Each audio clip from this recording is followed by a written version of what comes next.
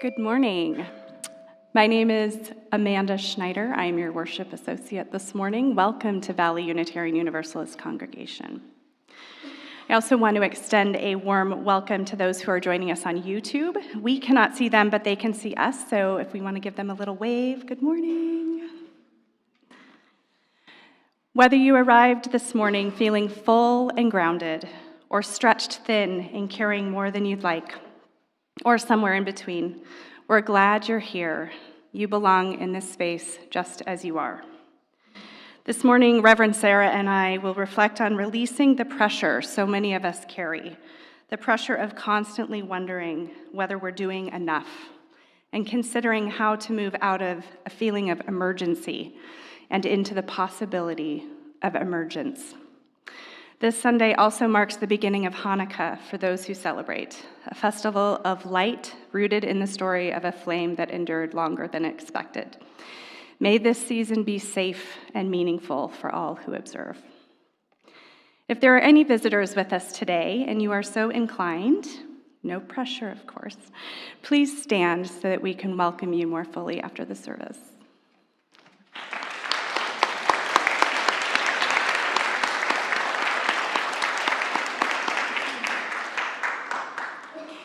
Thank you. We're delighted to have you with us today. Our community is rooted in love, inclusion, and justice, and we're excited to share this space with you. After the service, please feel free to grab a snack and beverage and then join us in the welcome circle on the east side of the sanctuary next to the sign. This is a friendly gathering where you can meet members, ask questions, and learn more about our congregation. And to help us stay connected with you, we invite each adult to take a moment to sign in using the visitor's QR code. The sign-in QR code is also available on the back of the VUU brochure. Thank you for being here. This Sunday, pastoral care will be provided by Lisa Benign in the sanctuary. Lisa, she's waving her hand back there. Thank you. Lisa will be available after the service in the front to offer a listening ear. Magnus Hawthorne will be online. Magnus will monitor the YouTube chat and facilitate the after-service Zoom meeting. Please note you cannot send a private message on the YouTube chat, so please use the email to contact Magnus. And Lisa and Magnus will respond to emails sent to pastoralcare@vuu.org for the upcoming week. Finally, Caring Neighbors works to foster a loving and caring community in which VUU members and friends nurture, support, and assist each other through life's joys and trials, with things like meals, social gatherings, and occasional rides. And they can be reached at caringneighbors@vuu.org. As we settle in for the service, please take a moment to fully arrive. Take a breath. Maybe look around and give someone around you a smile or a nod of acknowledgement. Once again, welcome. We are so glad you're here. And please join me this morning in our chalice lighting words. We kindle this flame, symbol of our faith, for the light of truth, the warmth of community, and the fire of love, which calls us to work for justice.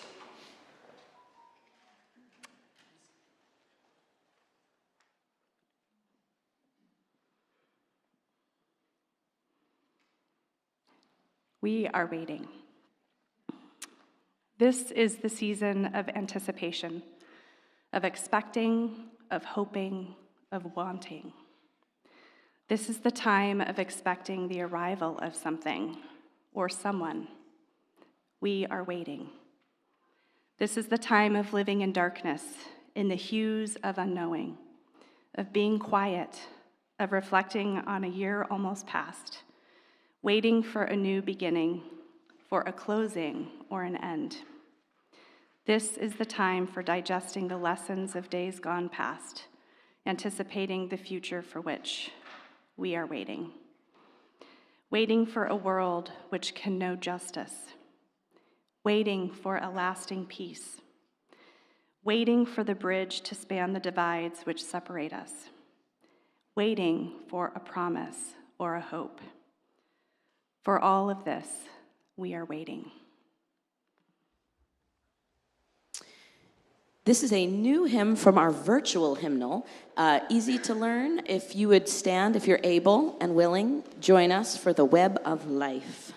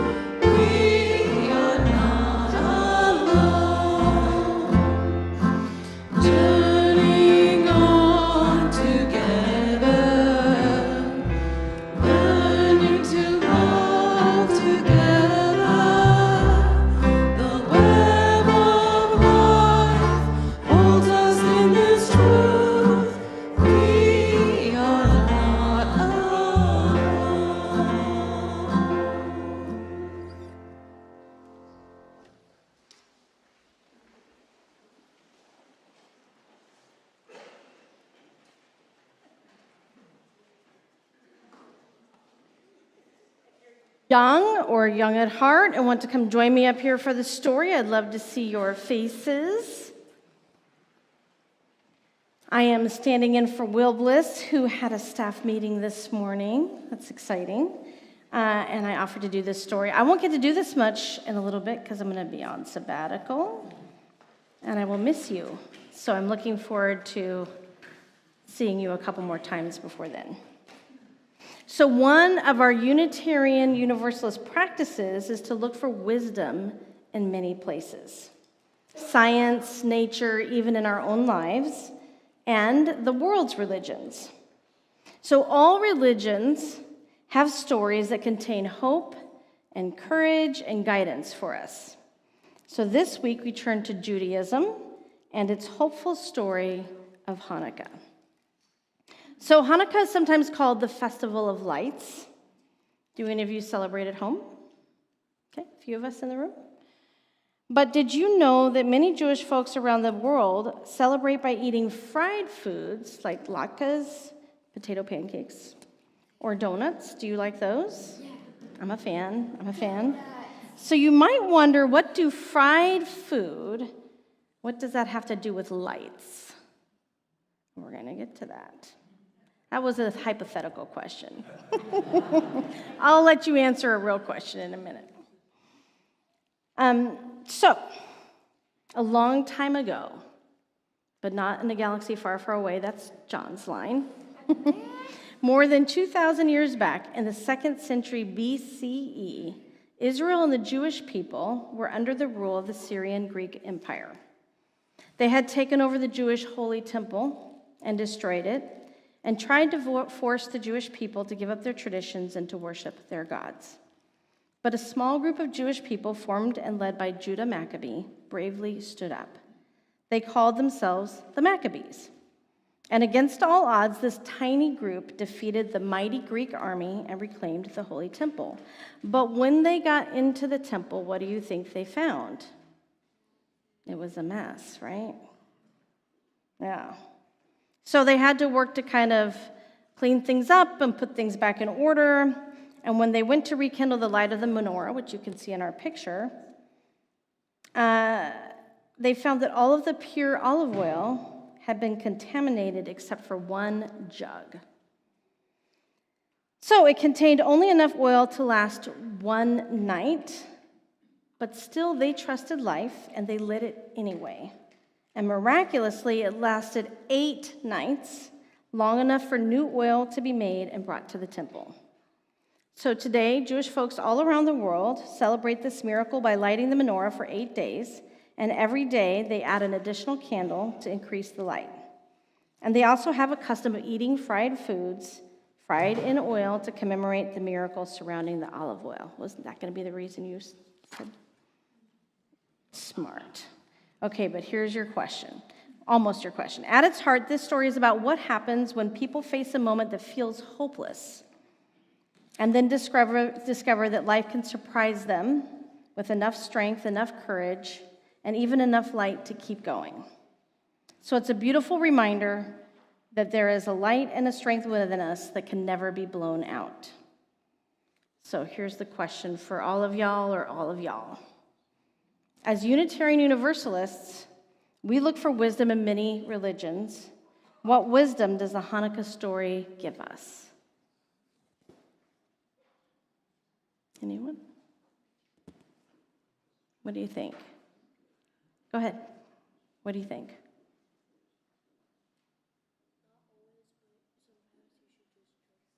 Sometimes you should just trust the process. Okay, I like that. Riley for the win. Anybody else? All right, I like that. Trust the process, trust life. All right, well, we are going to play a song and not sing a song for you as you exit today, but let's get our candles. Take one, give one to a friend. Have fun in class.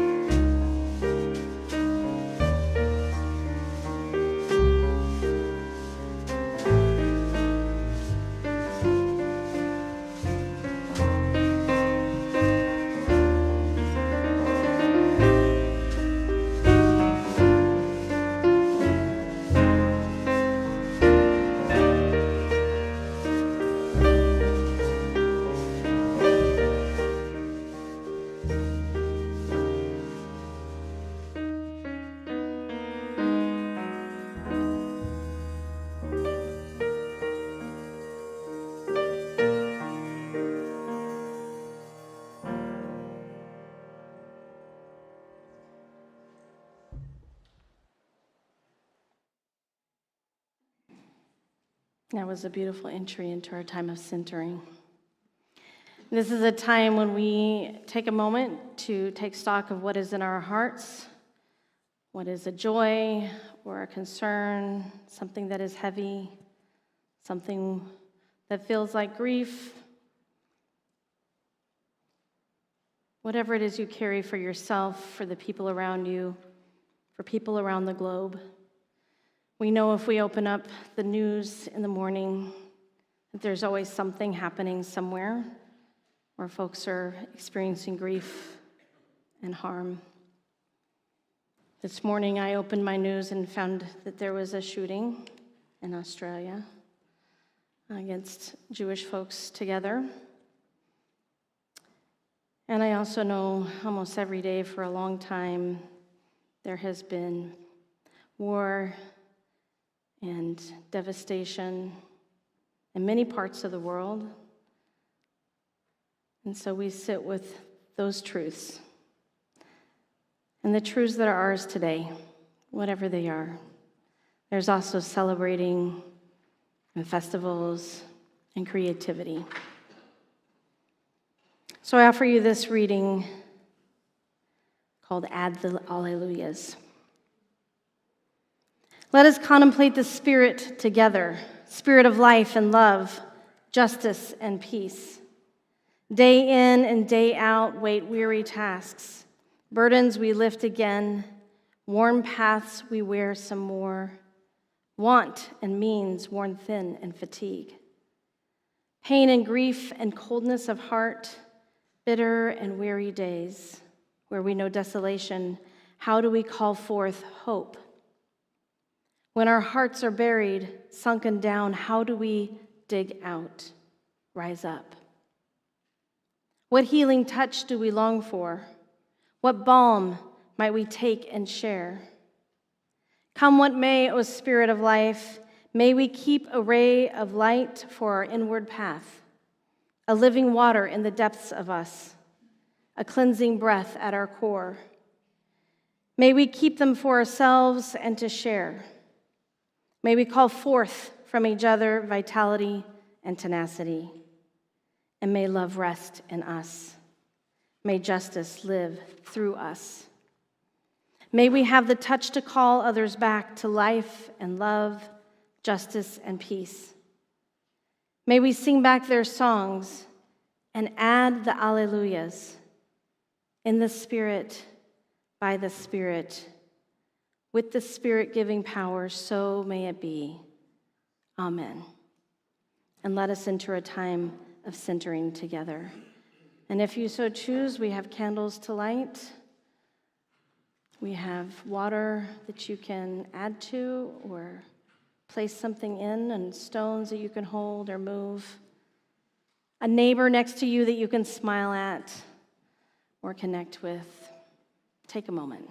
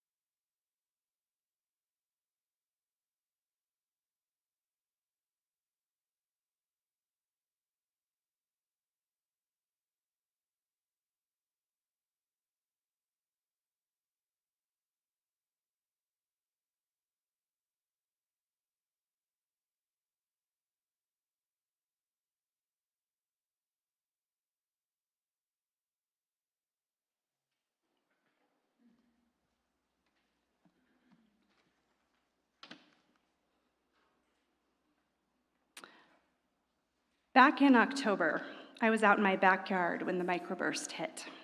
One moment, I was relaxing with one of my dogs, watching the rain come in and listening to the thunder.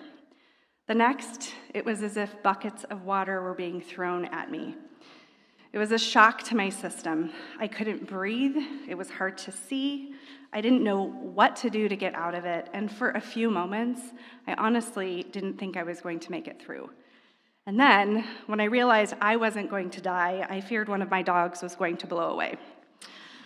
Let's just say it was an intense experience, and I would argue that calling it a microburst diminishes its power.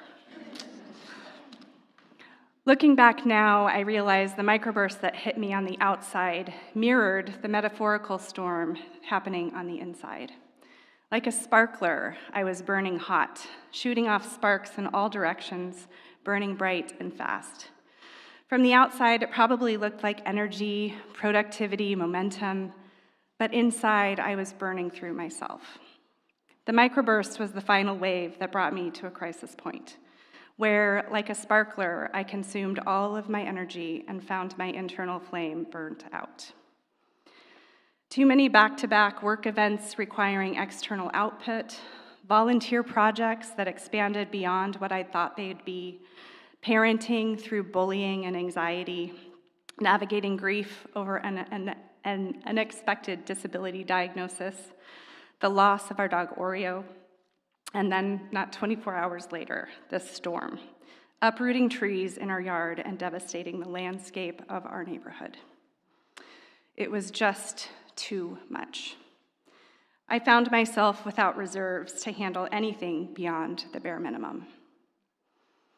I've always prided myself on how much I can handle.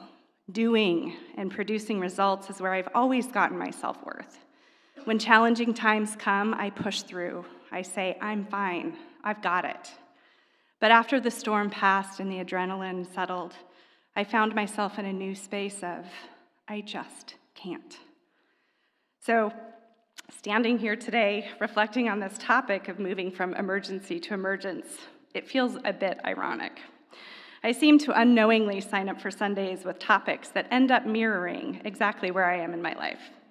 And today is no different, because I am currently in the middle of my own journey out of a place of emergency and into emergence. Part of what led to this emergency for me is that our world is just so heavy, as I'm sure most, if not all of you, can relate to. I feel deeply for the people in our community and country who are facing injustice after injustice. The daily reports of cruelty, violence, and fear presses in, and so much of me wants to respond with every story I hear, to act, to do something.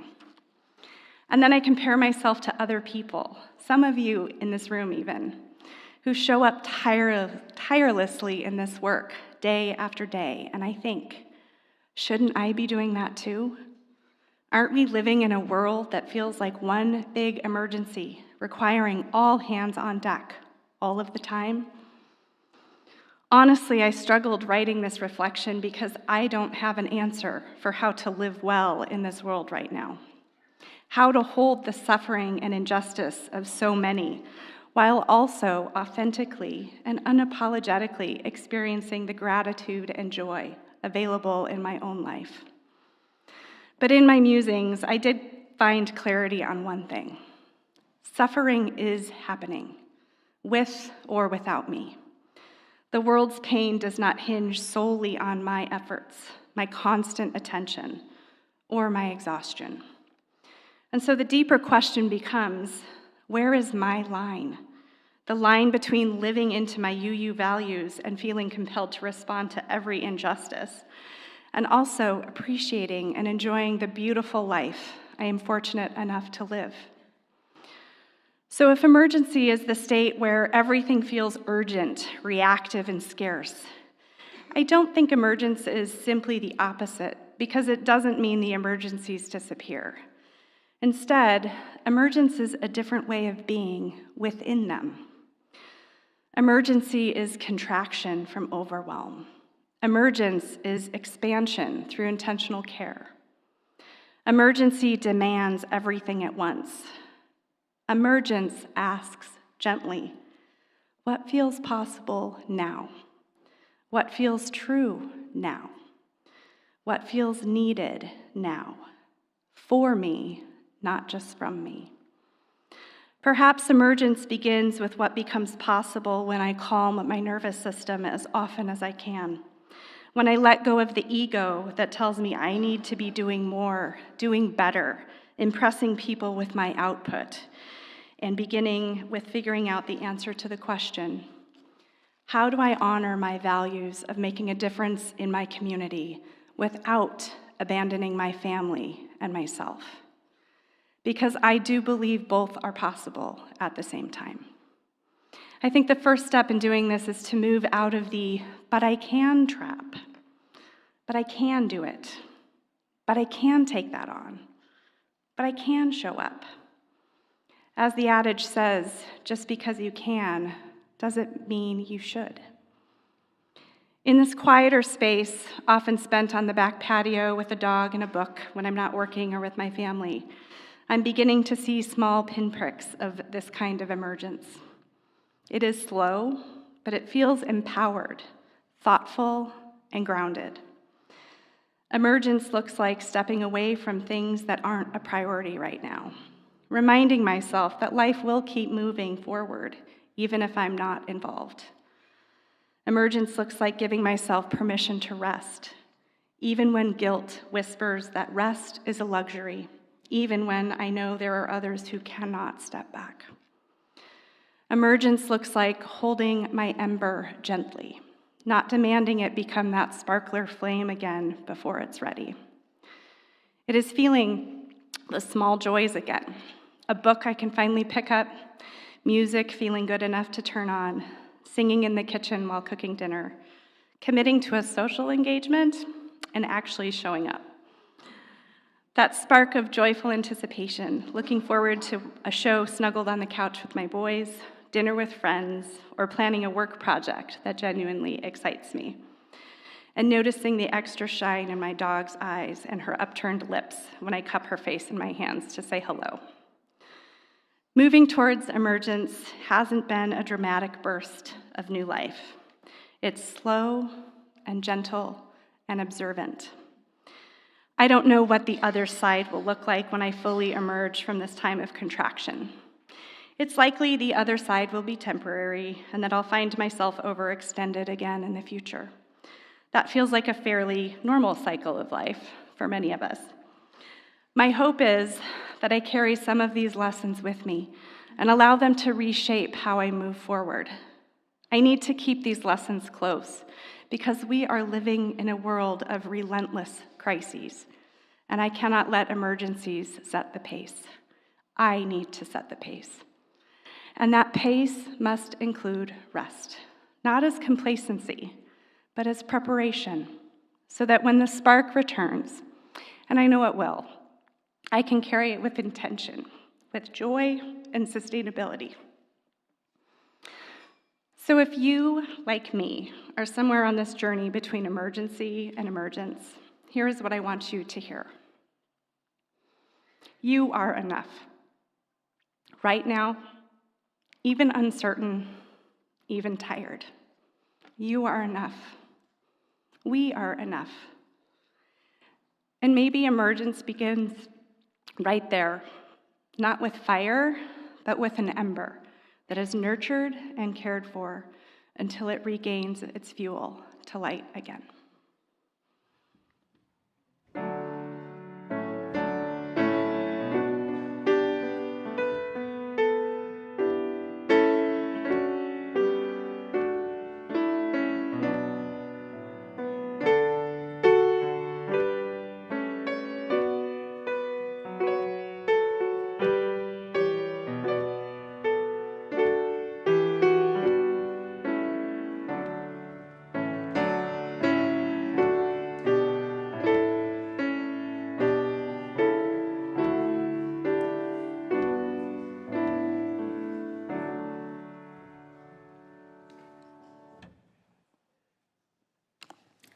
Amanda's reflection reminded me why sabbatical is such an important part of professional ministry.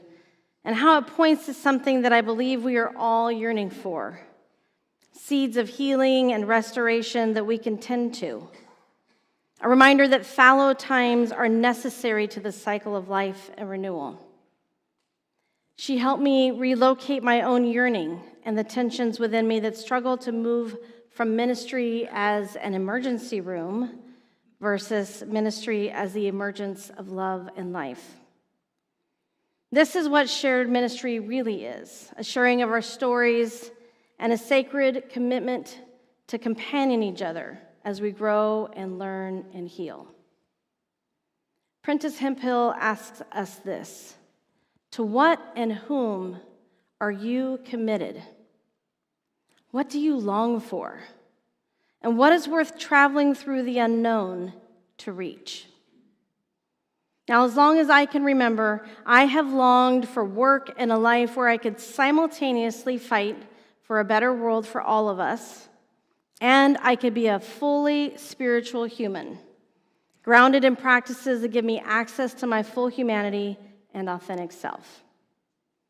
I left community college education, where I experienced a lot of the first part of that equation, and began to hunger more for the second. I began seminary in 2009, and I had no idea really what I would do with an MDiv. I had considered many routes, but this was the one that made my heart feel whole, that spoke to my longing. Now, at the time, John and I were newly married, and I was also pregnant with Soul. Allie had just started first grade, and John and I had started new jobs almost immediately after moving. And we entered that year with great hopes. Obama was elected president for the first time, and we were starting a new life with new dreams and possibilities. Such promise. So many possibilities opening. Now, I'm not going to take you through the finer details of that time, but it feels important to name that longing and to remember that beginning. It took me more than 5 years to complete seminary and the UU requirements for ministry, tending a young family along the way, and all of the challenges that life offered us, from the beginnings of chronic illness in Soul's young life to job loss and economic hardship. We somehow managed to stay afloat. When I finished seminary, my job search unexpectedly took me to Topeka, Kansas, where I began my first settled ministry. And once again, we loaded up the moving truck. This time we moved across state lines with 2 children in tow. And Soul started kindergarten, and Allie started middle school, or hopped in the middle of it. We promised her more stability, and somehow we managed to give both of them something that neither of us had growing up. 6 years in a row in the same city, 5 of them in the same house. The challenges were still there. At one point, both John and I were working 2 jobs each to make ends meet, neither of us really having a day off as a result. Obama finished his second term as we entered the first term of the 45th president, just as Black Lives Matter was developing in response to the deepening crisis of police violence against Black folks.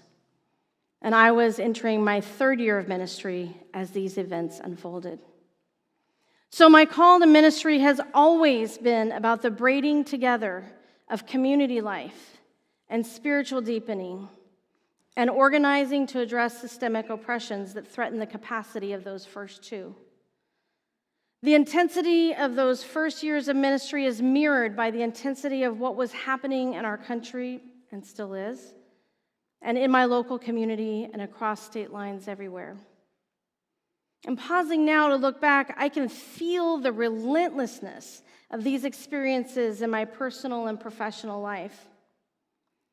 6 years into my ministry in Topeka, I was due for a sabbatical, but I also knew in my heart that I needed to make a shift. And when I began to look for different ministry settings to work in, I bumped up against something that all of us bumped up against. I was hoping for balance, and suddenly I hit that brick wall that was the global COVID pandemic. It made job searching really hard. Eventually, the answer came in the form of an interim ministry in Georgia, and Allie left for college, and John and Sol and I moved once again across the country to Macon, Georgia for 2 years. And while I lost the opportunity to take a sabbatical, I found new opportunities to explore balance and healing. We made time to go camping and be outdoors, and we maneuvered the world of working and living during a pandemic. That time feels like a weird combination of living in an emergency room and also an oasis. There were pockets of time where I couldn't do anything but go for a walk or read or write or notice my own grief. And then there were times when I was scrambling to figure out how to serve my congregation and the wider community, what to do and how to do it with none of the people or resources or structures that I used to have. It was unmooring and chaotic. But I'm so grateful for the time that we spent camping in state parks and being comforted by the trees and the coastline. They saved me over and over again. And now I've been here for 3.5 years, and I've waited a long time to take time off that wasn't for moving or a newborn child or a family vacation, all of which are great reasons to take time off. Maybe not moving. Now that I have 2.5 months of sabbatical in front of me, I am feeling deeply grateful and excited and also a little uncertain. I know I will encounter parts of myself that have been tucked away, waiting for me to make time to listen to their needs and to address their complaints, to offer them joy and to nourish them. And this is also the work of ministry. I hope to arrive with a deeper understanding of myself and what it means to be restored. I hope to return with the capacity to name my yearning and to listen to yours. And I hope that when I return, we will find our way back into work together that allows us to build community, deepen spiritually, and deconstruct systems of harm. I hope when I return, we will continue to honor the inherent humanity and beauty, to honor our differences and our shared values. So last week, after our service, I invited an organizer to share with us her work with immigrants in face of the great trauma and fear induced by the current administration's policies and actions. She shared from a place of her own deeply felt experiences of this trauma. And many of us felt the emergency room adrenaline of her sharing. When I talked to some of you about it afterwards, one of the tensions that came up was about how to deal with the reality that none of us alone, and possibly even all of us together, have the power to immediately stop the trauma happening in our communities. And honestly, it doesn't feel very good to be the triage nurse trying to decide which pain needs our attention first and most when the waiting room is completely full of people in pain. Amen? That is not a fun place to be. How can anything we do possibly feel like enough? Now, living in a place of emergency is isolating. It's hard to see what comes next, and we don't have access to creative thinking. We experience conflict and crisis and feel like we don't have the skills or energy to effectively navigate the solution. Now, I don't know about you, but living in an emergency room is exhausting. How can we shift gears and slow down and develop strategies that are generative and creative and life-giving? Now, our faith calls us to center love and invites us to listen and engage with transformational presence in systems of oppression. And when we make space to learn new skills and ground ourselves, to follow our dreams and make room for prayer, we can develop the capacity we need to allow change and transformation to take place.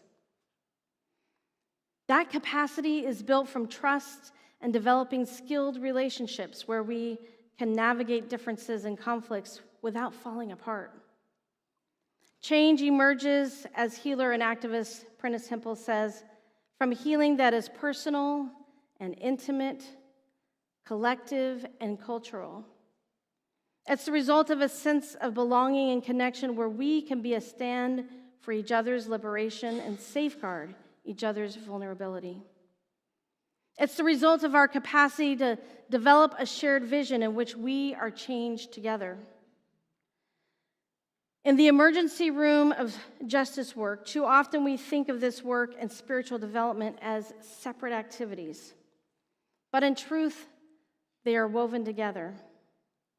The work ahead of us right now feels rightfully too big.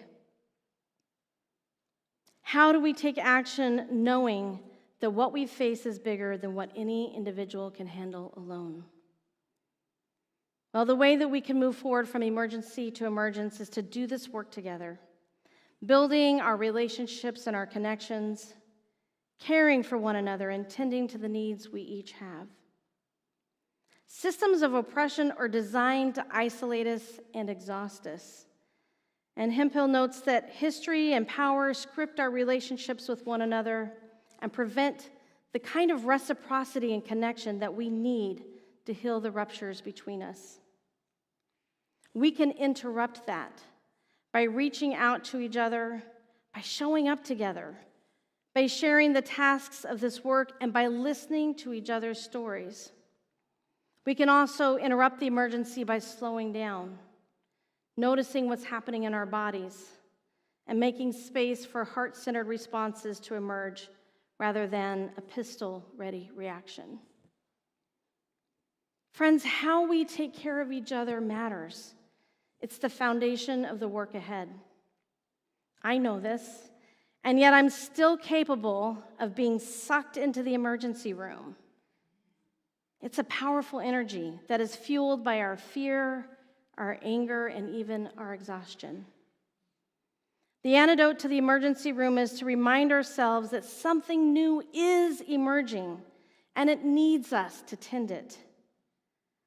The possibility of a different future, a new way forward, beckons like a green shoot in the garden.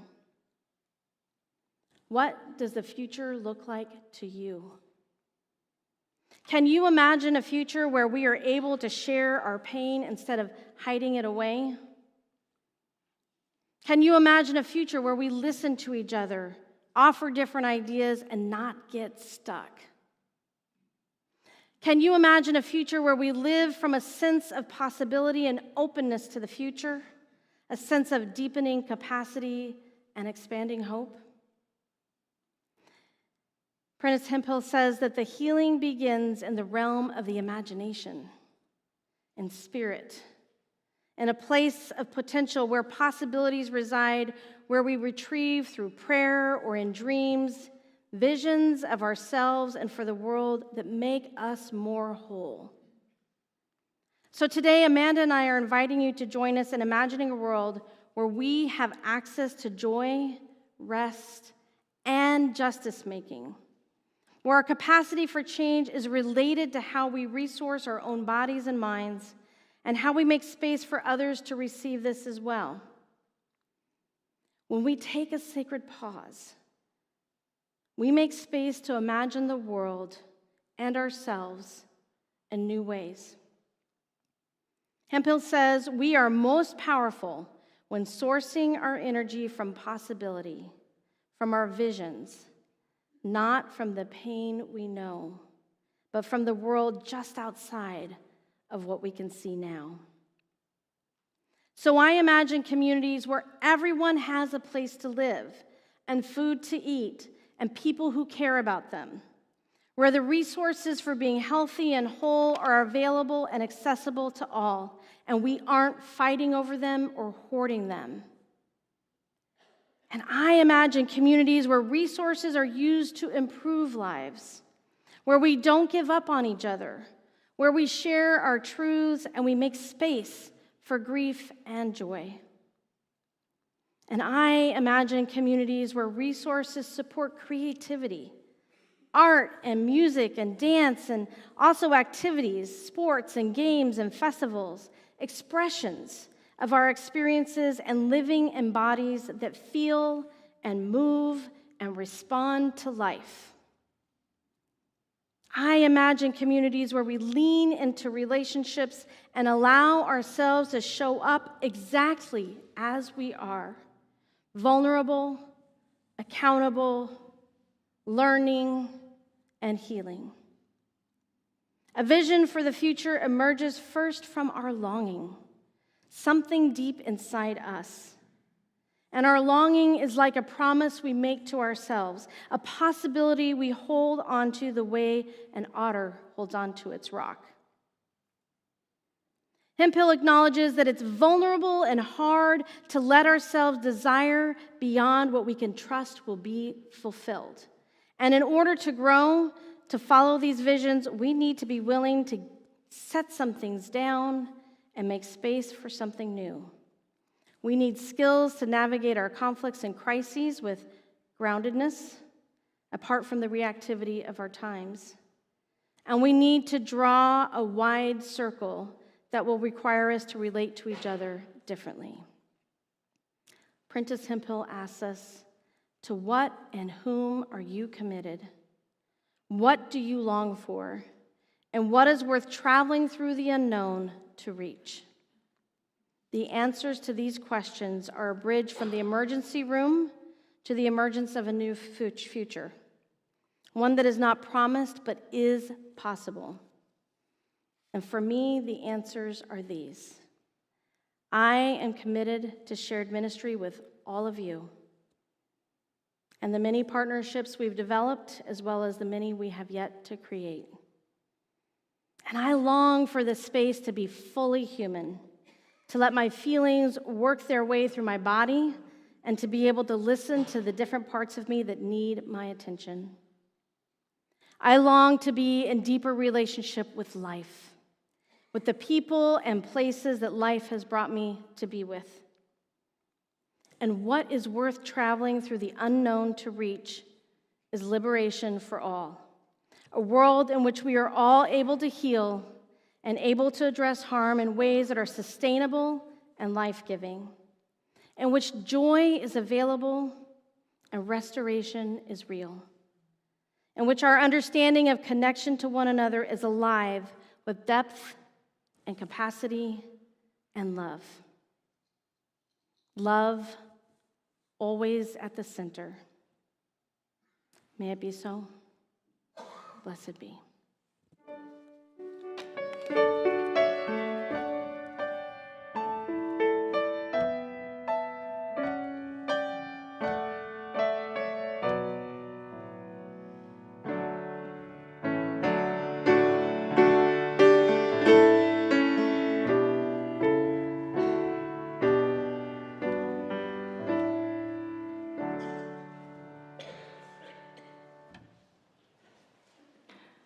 This is a time for quietness and listening.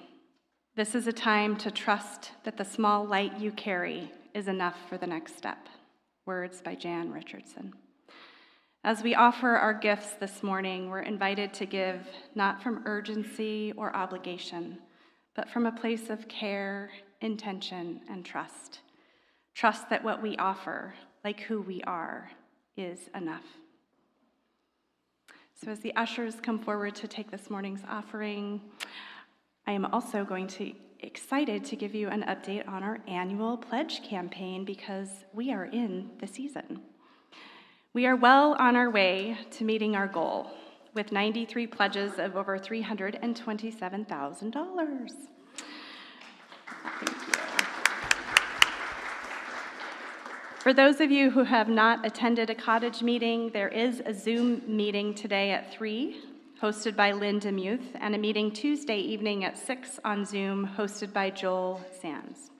You can sign up for one of the cottage meetings at the table outside after services today. And now we want to share a short video of our great friend and longtime member, Valerie Miller, explaining why she gives to VUU. My name is Valerie Miller, and this is why I give.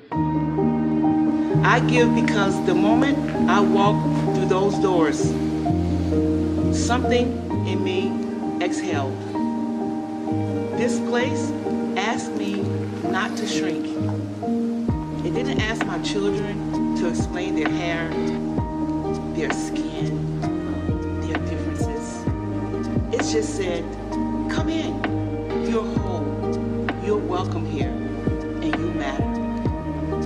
Out there, the world can bruise you with questions, but in here, my children were protected before anyone even.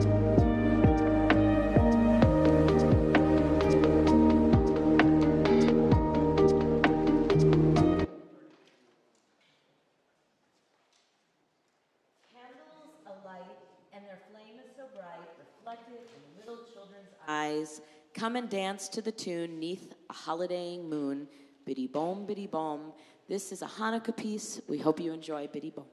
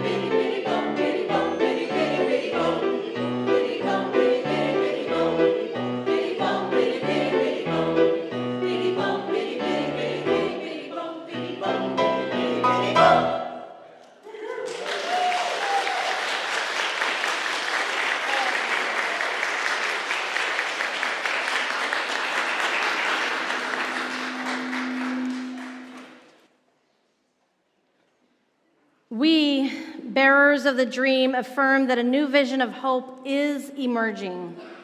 We pledge to work for that community in which justice will be actively present. We affirm that there is struggle yet ahead. Yet we know that in the struggle is the hope for the future. We affirm that we are co-creators of the future, not passive pawns. And we stand united in affirmation of our hope and vision of a just and inclusive society. We affirm the unity of all persons. We affirm a fellowship that allows us to touch upon each other's humanity. We affirm a unity that opens our eyes, ears, and hearts to see the different but common forms of oppression, suffering, and pain. Yet we are one in the image of God, love, and we celebrate our hopes for human unity. Within ourselves and within the gathered community, we will discover the strength not to hide in indifference. Affirming that hope, publicly expressed, energizes and enables us to move forward. Together, we pledge action to transcend barriers, be they racial, political, economic, social, or religious. We pledge to make our tomorrows become our todays. May it be so.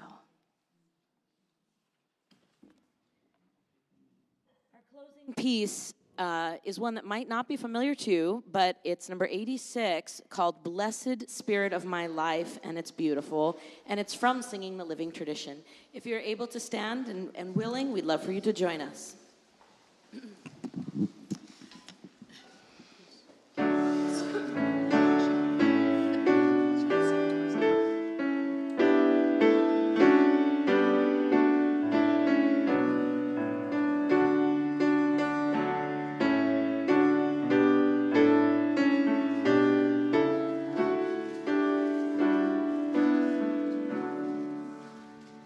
Blessed Spirit of my life, give me strength through stress and strife.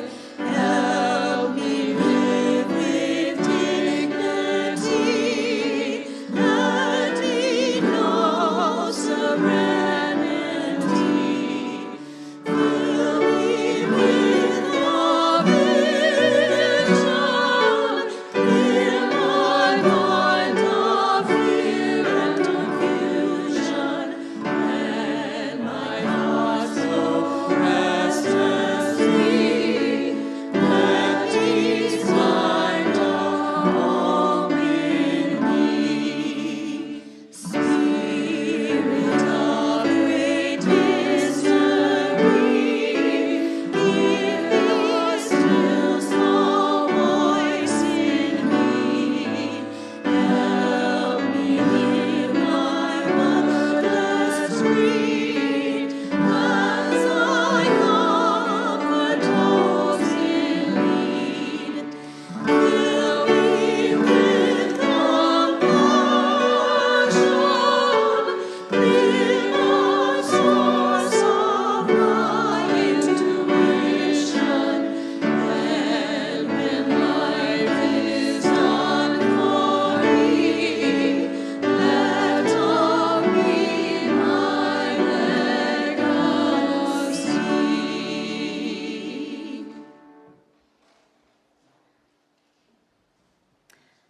Won't you join us in the extinguishing of our chalice? And I will make just a couple reminders today. We do have a guest with us, Daniel White, for those who may have read about the class he's going to be offering. If you'd like to meet with him, I'll have him meet us over by the Welcome Circle.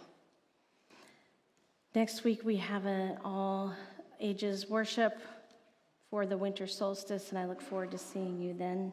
And if you ordered candles or tortillas, they're here, and I'll make sure you get the ones that you ordered. God willing, creek don't rise. So, though we extinguish the chalice, our connection to each other and this community remains. May its light guide us this week as we walk the path of justice, speak words of love, and fill our world with compassion until we meet again.